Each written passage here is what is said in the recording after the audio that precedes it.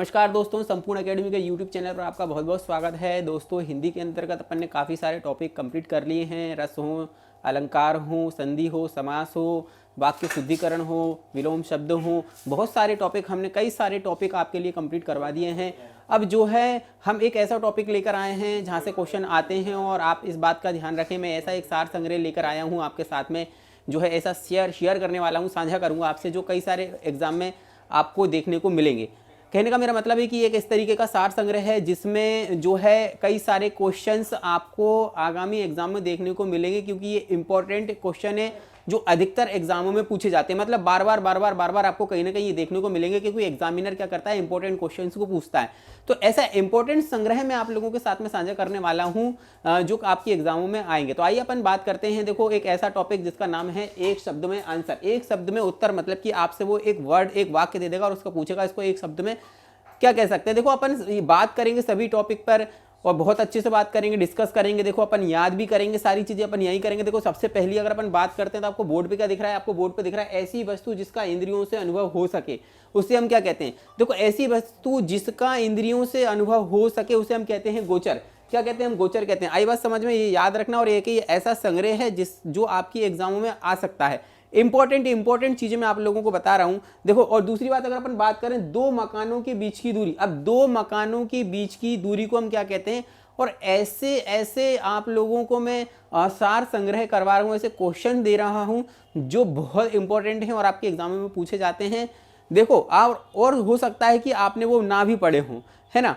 और कुछ सरल जो मैं आप लोगों को बताऊं, कुछ सरल जो है शब्दों का या क्वेश्चंस का मैंने इसमें इंक्लूड नहीं किए हैं। कुछ अच्छी जानकारियां मैंने आप लोगों के साथ में साझा की है। देखो, इसमें मैं अपन बात करूं, दो मकानों के बीच की दूरी की बात करें तो उसे हम कहते हैं अंतरिका। क्या कहते हैं? अंतरिका। दो मकानों के बीच की दूरी को हम क्या कहते हैं? अंतरिका कहते हैं। आधी रात का समय हम उसे क्या कहते हैं? निशीथ कहते हैं। आधी रात का समय निशीथ।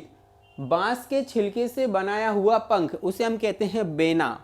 बांस के छिलके से बनाया हुआ पंखा जिसे हम कहते हैं बेना। गांव में देखा होगा ना, जब लाइट चली जाती है या फिर गर्मियों में क्या करते हैं, एक हाथ में कुछ एक आकृति जैसे लकड़ी की आकृति, उसी तो उसमें आप क्या करते हैं, उससे वो हवा करते हैं इस तरीके से, है ना। तो उसे हम क्या कहते हैं? बेना कहते हैं। उसे हम क्या कहते हैं? बेना कहते हैं। जिस पेड़ के पत्ते झड़ गए हों, अब भाई आपने देखा होगा भाई, जो है जिस पेड़ के पत्ते झड़ जाते हैं, कोई भी पत्ता उसके ऊपर नहीं रहता है, तो उसे हम क्या कहते हैं भाई? अर्पणा कहते हैं। अर्पणा कहते हैं। आई बात समझ में? इसको याद रखना, कई बार एग्जामों में आता है ये। जिस पेड़ के पत्ते झड़ गए हो उसे अपन क्या कहते हैं? अर्पणा कहते हैं। उपकार के बदले किया गया उपकार, को हम कहते हैं प्रत्युपकार। प्रति प्लस उपकार। आई बात समझ में? क्या कहते हैं? प्रत्युपकार। ये याद रखना, उपकार के बदले किया गया उपकार, प्रत्युपकार। गहरे लाल रंग का कपड़ा, गहरे लाल रंग के कपड़े को हम एक शब्द में क्या कहेंगे? गहरे लाल कपड़े को हम कहेंगे तूस। आई बात समझ में? क्या कहेंगे? तूस। गहरे लाल कपड़े को हम क्या कहेंगे? तूस। देखो, होंठ और ठुड्डी के बीच का हिस्सा, होंठ और ठुड्डी के बीच का हिस्सा क्या कहलाता है? असिक। असिक कहलाता है मेरे दोस्तों। क्या कहलाता है? असिक। होंठ और ठुड्डी के बीच का जो हिस्सा होता है वह असिक कहलाता है। क्या कहलाता है? असिक कहलाता है। नेक्स्ट क्वेश्चन की आप बात करें, रोंगटे खड़े करने वाला, रोंगटे खड़े कर देने वाला के लिए एक शब्द है आपका लोमहर्षक। लोमहर्षक। आई बात समझ में? क्या है आपका? लोमहर्षक। क्या है भाई? रोंगटे खड़े करने वाला, लोमहर्षक। वहीं अपन बात करें मोक्ष की इच्छा रखने वाला, मुमुक्षु। मोक्ष की इच्छा रखने वाला व्यक्ति क्या हो जाता है आपका? मुमुक्षु हो जाता है। मोक्ष की इच्छा रखने वाला व्यक्ति मुमुक्षु होता है। जिसको जानने की इच्छा हो, जिज्ञासु। बहुत सारी जिज्ञासाएं होती हैं मन में, बहुत सारी जानने की इच्छा होती है। जैसे न्यूटन था, पेड़ के नीचे बैठा हुआ था, ऊपर से एक सेब फल गिरा, उसके मन में ये जिज्ञासा जागृत हुई कि भाई जो पेड़ है, पेड़ से अगर कोई फल नीचे गिरा हुआ है तो वह नीचे ही क्यों गिरा हुआ है। जब है उसने ये अपने अंदर जिज्ञासा को जागृत किया तो दोस्तों उसने जब इस जिज्ञासा को अपने अंदर जागृत किया तो आपको ग्रेविटी की उसने खोज करके दी। इंटरनेट जिसके माध्यम से चलता है, एरोप्लेन जिसके माध्यम से उड़ते हैं, यही अगर वो नहीं सोचता कि जो फल नीचे गिर रहा है तो नीचे क्यों गिर रहा है, ऊपर क्यों नहीं जा रहा, तो इससे क्या हुआ? ग्रेविटी की खोज की गई। अपनी जिज्ञासा को आदर दें, सम्मान दें, अगर आपकी जिज्ञासों का आप आदर और सम्मान देते हैं तो आप दोस्तों, आप दुनिया में हर वो चीज कर सकते हैं जो आप करना चाहते हैं। इसलिए अपनी जिज्ञासा को आदर दें, सम्मान दें। और एक धैर्य होता है, धैर्य रखें। सफलता का सूत्र है जो होता है सबसे पहले जिज्ञासा और धैर्य और विश्वास। सफलता के 3 सूत्र हैं। एक जिज्ञासा होती है, एक धैर्य होता है और एक क्या होती है, आपका विश्वास होता है। आपको सबसे पहले क्या करना है, आपकी जिज्ञासा को सम्मान देना है। दूसरी अगर अपन बात करें, आपको धैर्य रखना है।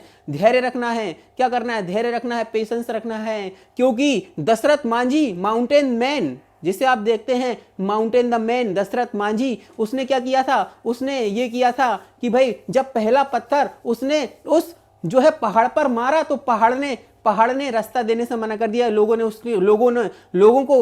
ने उसको पागल घोषित कर दिया कि कैसा एक व्यक्ति है जो पहाड़, एक हथौड़े से पेड़ जो है पहाड़ काटने का मन बनाए बैठा हुआ है। तो लोगों ने उसे क्या किया, जो है पागल घोषित कर दिया। लेकिन निरंतर धैर्य के साथ 20 साल तक उसने उस हथौड़े से पहाड़ को काटा तो पहाड़ हार गया और हाथ जोड़कर खड़े हो गया कि ले तू जीत गया और मैं हार गया। तो ये धैर्य अपने जीवन में बना के रखना। और सबसे 3 नंबर की बात करूं तो विश्वास, अपने ऊपर ऐसा विश्वास रखना कि मैं चीज कर सकता हूं और मैं हमेशा जरूर करूंगा। क्योंकि जो नहीं हो सकता वही तो करना है मेरे दोस्त। क्या करना है, जो नहीं हो सकता वही तो करना है। इसलिए सफलता के 3 सूत्र लिख लो। आज मैंने क्या कहा आपसे, जिज्ञासा, धैर्य और विश्वास। ये 3 सूत्र अगर आपने अपने जीवन में उतार लिए तो ये मान के चल देना, ये कंपटीशन की चीज आपके पैरों के तले, आपकी चरण धूलि की दासी बन जाएगी मेरे दोस्त। आगे की तरफ बढ़ते हैं। देखो, जो पहले से ना हुआ हो उसे हम क्या कहते हैं, अभूतपूर्व।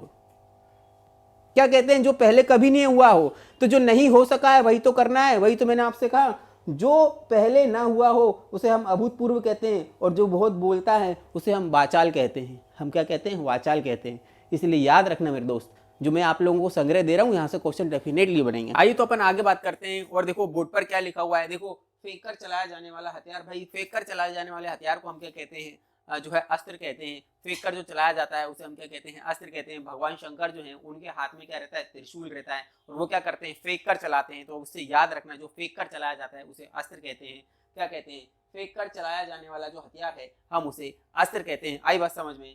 नेक्स्ट क्वेश्चन की अगर अपन बात करें, देखो, जिसका कोई शत्रु पैदा ना हुआ हो। भाई जिसका कोई शत्रु पैदा ना हुआ हो उसे हम क्या कहते हैं, अजात शत्रु कहते हैं। जिसका अब तक कोई जो है शत्रु पैदा ना हुआ हो उसे हम अजात शत्रु कहते हैं।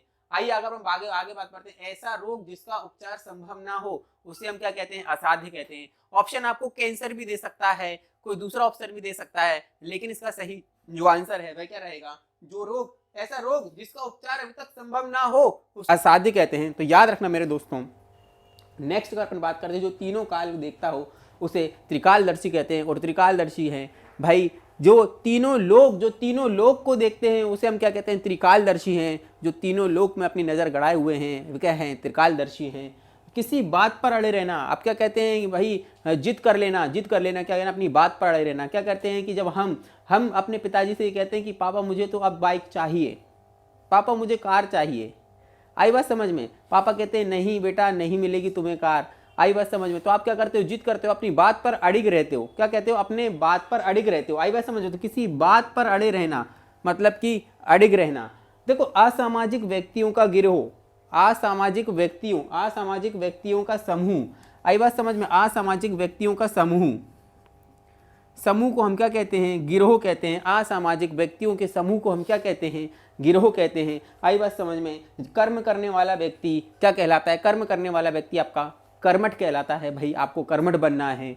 क्या बनना है, आपको कर्मठ बनना है। आई बात समझ में। अपने कर्म को करना है, प्राथमिकता देनी है। आप कर्म करोगे, फल की इच्छा मत रखो, लेकिन कर्म करते रहो, फल ऊपर ईश्वर देता है। आई बात समझ में आप लोगों को। तो भाई कर्म करने वाला व्यक्ति कर्मठ कहलाता है। कर से कर्म, कर से कर्मठ। आई बात समझ में।